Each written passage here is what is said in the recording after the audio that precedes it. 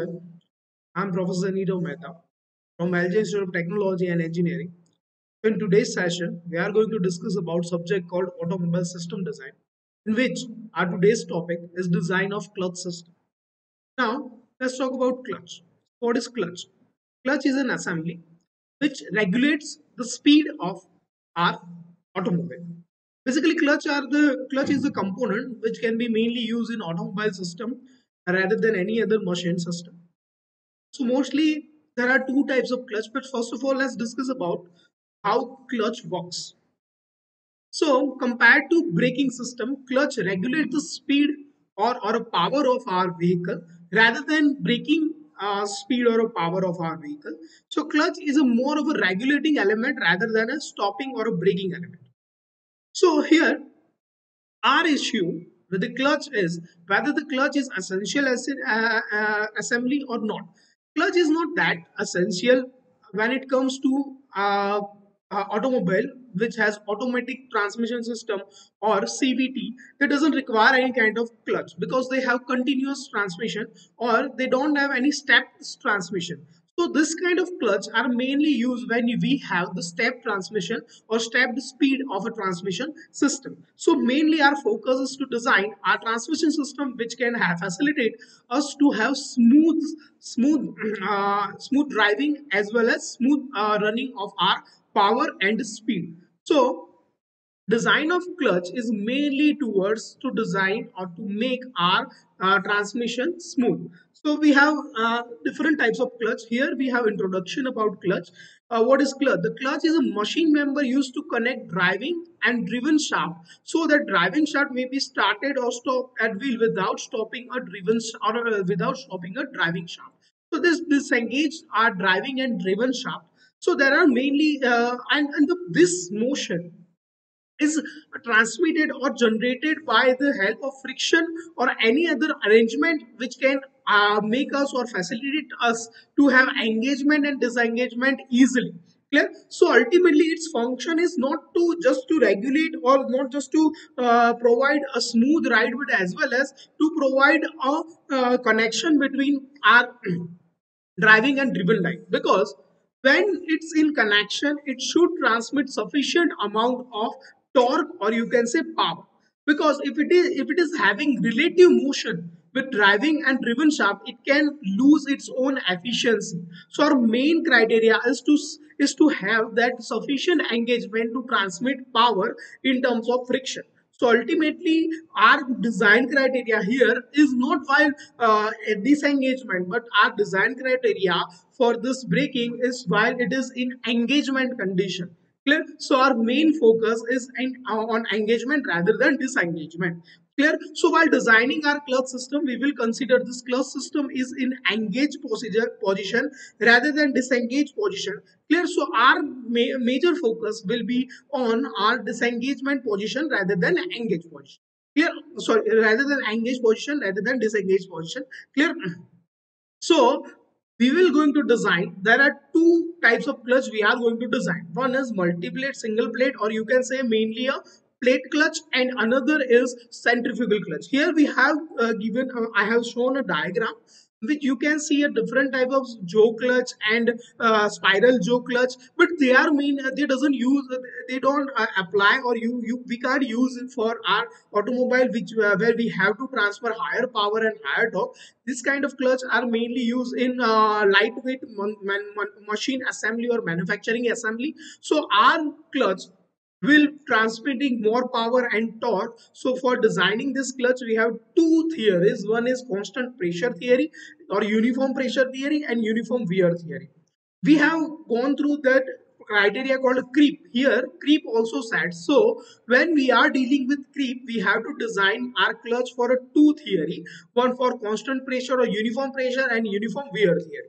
Uniform pressure theory is used when our clutch is fairly new, means it is used for a new clutch, and uniform wear theory it is used when our clutch comes under good amount of wear when takes place. Clear?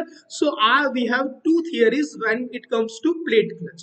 Now, when it comes to centrifugal clutch, as we know that it can engage and disengage with the help of this centrifugal force. The centrifugal force is generated with the help of our centrifugal force. It is generated due to that our revolutionary or rotation motion of our rotating element, and it will tend to open and close our spring loaded mass which is connected to our hub. Clear? So ultimately it will create friction force to outer periphery with the help of the centrifugal force. So ultimately the centrifugal force will going to act outward to our hub, and that will going to break our torque. Clear? This is how our clutch works, or centrifugal clutch works. Both the clutch comes under friction clutch. Clear? There are another type of clutch which is called positive displacement clutch, but here we are going to only design friction clutch. Clear? So our mainly criteria will going to deal with this friction, and this friction force will convert it into